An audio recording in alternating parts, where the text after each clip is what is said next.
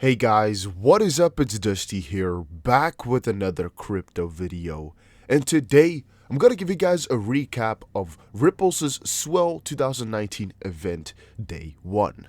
So I want to talk to you guys about what happened to the price. I want to talk to you guys about what's happened during the speeches, what was announced before and after it, a little bit of backgalling house, a little bit of other cool stuff from digital asset investors and such. But let's get started with the beginning. First of all, make sure you follow me on Twitter at DustyBC on here because I've been posting a couple of things here that are really quite interesting from what happened yesterday, and I recommend you guys all to go ahead and check that out. I'll be posting a lot more on Twitter now that I know that you guys do appreciate it. And first of all, I need to explain the Swell event in a brief second here. So Swell event is an event hosted by Ripple, an annual event, and to this event, for the first time I believe, a lot of the XRP community members got invited, under which Mr. B, XRP, and the digital asset investor. And what was so amazing about the community being invited is, first of all, you get a different approach to the event. It kind of feels more of your own, because some of your people are there. That's one thing, even though he doesn't even follow me, Ripperoni. But still, it feels like it's it's our own. And here you can see the invite. You can quickly pause and read through it. We read through this all and we covered it all in the live stream, but it's just a recap here. So yeah, that's the event. And here is the digital asset investor. He actually put himself up on the interwebs, on the internet. He finally revealed his face. I'm so confused. I did not imagine this at all. This is Mr. B XRP. By the way, if you were wondering, that's him right there. I'm just so like the Rockets, man. They're blooming. They're blooming already, man. That's so amazing to see how they finally came out for it. It's just really, really cool, in my opinion. But yeah, some other thing that happened, which is unrelated, was T-Zells went up 70% after Coinbase's staking announcement. And like you saw on my Twitter page just briefly, VeChain also had some huge gains because it got listed by Binance US. Alright, that's it for all the miscellaneous stuff. Now let's get back into some real Swell stuff. So if you don't know what Swell looked like, this is day 1, Thursday, November 7th. And I believe it's now over. I think it's now 8 p.m. over in Singapore time. 8:25 if I'm not mistaken, because the event started at 7 p.m. or 7 a.m., which was 12 a.m. for me. So there's used to be a 7-hour difference. And right now it is 1:30-ish p.m. for me, so I think it's 8:30 over there in Singapore. So everything is over, and there's nothing really in terms of updates that's going to come out. Now, there will be more things coming out from the Ripple Twitter and some of the official Ripple employees. They're going to be tweeting some stuff still, but we got all the important stuff. Now, the first important thing was the opening, right? There was a keynote speech here. Let's actually look at it in the full agenda. There was a keynote speech here from 10 to 10:30. Well, it was actually only like 15 minutes, not even, maybe 10, from Brett House here. And there's actually the full speech. It is online, so you guys can check it out. But I don't know if I can showcase this in a video or not, so I'm not going to. I'm just going to quickly pick the sheets here that he's showing. And I'm not going to let him talk and do everything, just for the sake of copyright, just to make sure that I do what is allowed.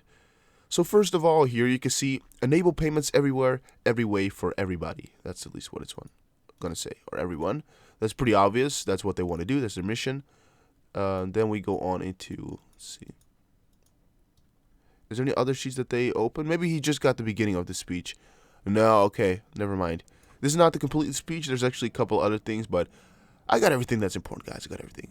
Because actually, just before the event launched, before Swell launched, they uploaded a Ripple Insights page. This is on the official Ripple website, Ripple Insights, and you can see here, Ripple Net Growth, announcing more than 300 customers. Today, we are thrilled to announce that we have surpassed 300 customers. We have also seen 10 times year-over-year growth in transactions on RippleNet, our global network of banks, financial institutions, and payment providers that sends money globally, instantly, and reliably for fractions of a penny.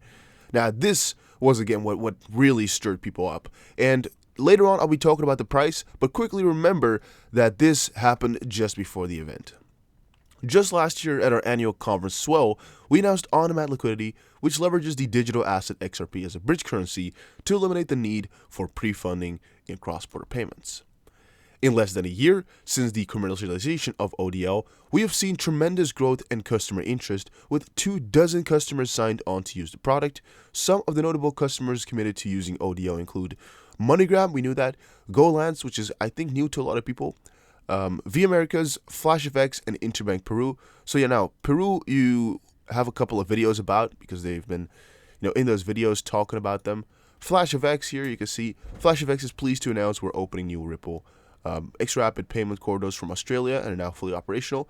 And I think one of the other ones is from South Africa, because I saw South Africa, Peru, and Australia on a lot of these sheets. And also what's important to know, because this is, I guess, the second big announcement. First big announcement is 300 customers. Second big announcement most likely is 10 times year-over-year growth in transactions. Third thing is they got 24 customers signed to XRAPID, including 3 new corridors. And fourth is there have been more than 7 times the number of transactions using ODL from the end of Q1 to the end of October. So from April to the end of October, the transactions increased 7-fold. That's actually really insane, I find. And the fifth point is that in October alone, the transactional volume from XRAPID was as much as the whole of 2018. I think that's also something worth of noting, just and to have in the back of our head, because that stuff is amazing, right? That stuff is really, really awesome. Now, one thing I also noticed is that there were a couple of test things on the wall, and that was for this. We have customers in more than 45 countries and 6 continents using RippleNet, with payout capabilities in 70 plus countries. And what they were stating is that they've got access to payments 24/7, 365 in 70 plus countries, reducing costs by 60 to 40%, yada, yada, yada. That's what they had on their wall at Swell. That's what you could watch. You could see some of the corridors that were mentioned in here as well. Recent Ripple customers and partners include Faisal Bank in Pakistan, Bcash in Bangladesh, QNB Qatar, and Finastra in the UK. And for example, Bcash is going to be talking at the Swell event tomorrow. Now, there were a couple of speakers, right? Dr. Rakhuram Rajan, Ben Losky, Stu Alderty, Piyash Gupta here, Ambassador Chan Heng Chi. And in the live streams, we actually covered most of the stuff they talked about, or here even more. Featured customer panel. This was also pretty interesting. We covered most of the important things that they said.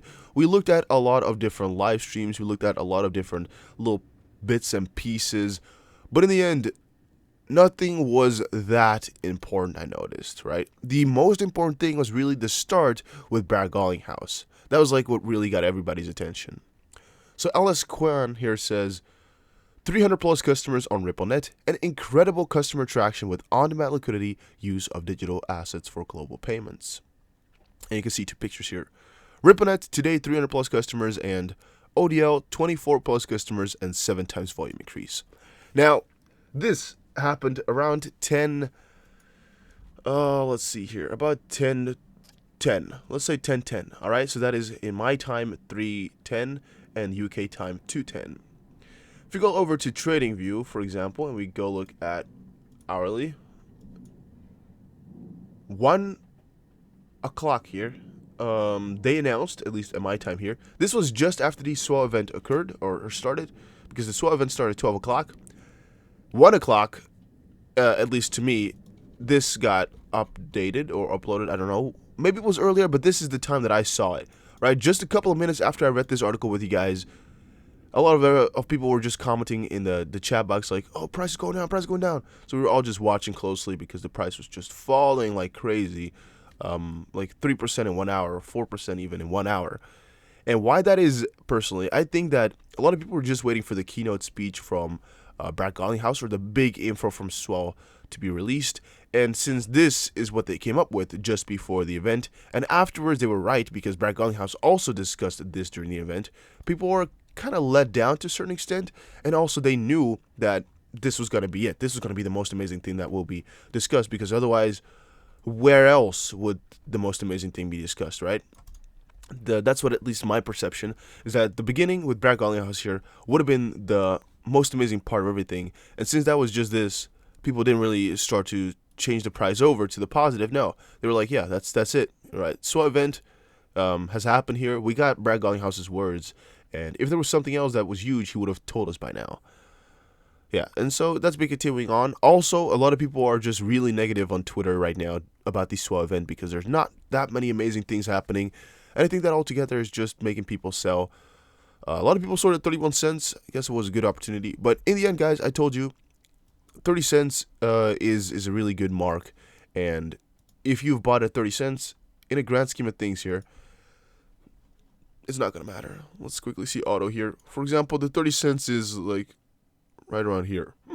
If you look at it like that, like 3/4 of the XRP chart is just above 30 cents. So in theory, you'll most likely be fine. That's also why I don't really worry too much. And all of us are all predicting and hoping and knowing actually that XRP will get to $1 at one point in the future. So at 30 cents, you're at least tripling your money. But I would always recommend a DCAing strategy, just doubling your way down, or maybe not specifically doubling, but buying your way down. So every lower point, you just buy into the currency a little bit more. I just think that's a very smart move to make, just to make sure you're always in profit. And a couple of other things that I noticed from the event as well is that, you know, we had bits and pieces of their live streams everywhere. And here you can see a full list of companies attending Swell. Leonidas posted this, a full list of all the companies, not necessarily companies that are working with Ripple, but these are the companies that attended Swell. I don't know if this excludes some people or includes too many people. I don't know, I just noticed it said it right here, and it's a pretty accurate list of people I would have expected over there. But yeah, there were tons of little teeny weeny bits from people, and you can see on my profile as well that I tried to retweet a couple because they were good, but in the end, a lot of them are really not that awesome or that amazing.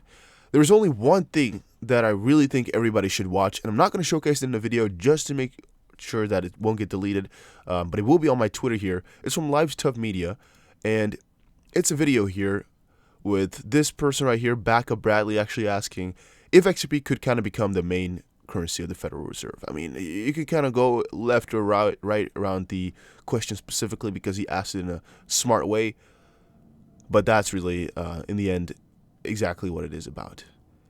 And I still think it's amazing what he did right there, to be completely honest. Just throwing up a question like that, even though they don't really want you to ask questions like that, just awesome. And Dr. Rajan, actually, he's also one of the keynote speakers. He actually replied in a pretty interesting manner, really stretched out, really slowly, but he did answer the question. And I think his conclusion is kind of like, yeah, in theory, it could happen. Now, a question that people had to me was like, all right, but could a country adopt XRP as a currency just now? Like, would that be possible, hypothetically speaking? And I told people no. I told people it would be a regulatory nightmare, to say the least, to get a whole country to adopt a currency. And when I'm talking about adopt, I'm actually not trying to say just like, oh, maybe use it a little bit, but no. Just switch over from their normal fiat to cryptocurrency. First of all, it's too volatile still, I would say. XRP here, we could only just decide prices in dollars, for example, and then use XRP to buy everything. That could be possible, like within the snap of a finger everywhere in the world. That's definitely possible. What is not possible, though, is for all those prices to be noted in XRP, everybody to get paid in XRP, everybody to pay their things in XRP. Also, I think because it's just too difficult, we would need a lot of training for a lot of these old heads or people that are really resistant or resilient. And it would also take another 3 years, I think, or even more, for it to really roll in, right? Because even, or as with any update, people need some time to get used to it. And with this, I think it would be like a 5-year period for everybody to still be able to use their original fiat currency. And it also depends on the country, though. I mean, if it's, for example, Venezuela, I think it will go a lot quicker than if, for example, it were the U.S. Because U.S., I think, would have at least 10 years of just kind of easing in. Or you also being able to pay with dollars and such. But if you're also able to pay with dollars, it's kind of difficult because if the dollar is, worth it more to buy the thing, then you'll probably use dollars. And if it's worth it to buy it with XRP, you would use XRP. So it's a little bit of a difficult metric to also explain or understand, but hopefully you guys get the idea. Now, in terms of price, what I think is going to happen, I think the price is not really going to recover in a nice fashion tonight. It could be that it just lifts back up a little bit because, I mean, there's nothing going on for the Swell event right now. But tomorrow, I will be live streaming at around, I think, 10 my time, maybe 11, depends on what I can fix. But yeah, just like 2 hours before the Swell event starts, just to cover everything again and just to start live streaming with you guys. I know maybe a lot earlier I'll check out what I can do, but make sure you subscribe to the channel, guys, because later tonight we're going to be live streaming and I want you guys all to be there or be square. So yeah, make sure you press the like button if you enjoyed this update. Make sure you subscribe and make sure you follow me on Twitter. I'll see you guys again in another crypto video. Also, don't forget to join the Discord. Take care, everybody. Have a very nice day.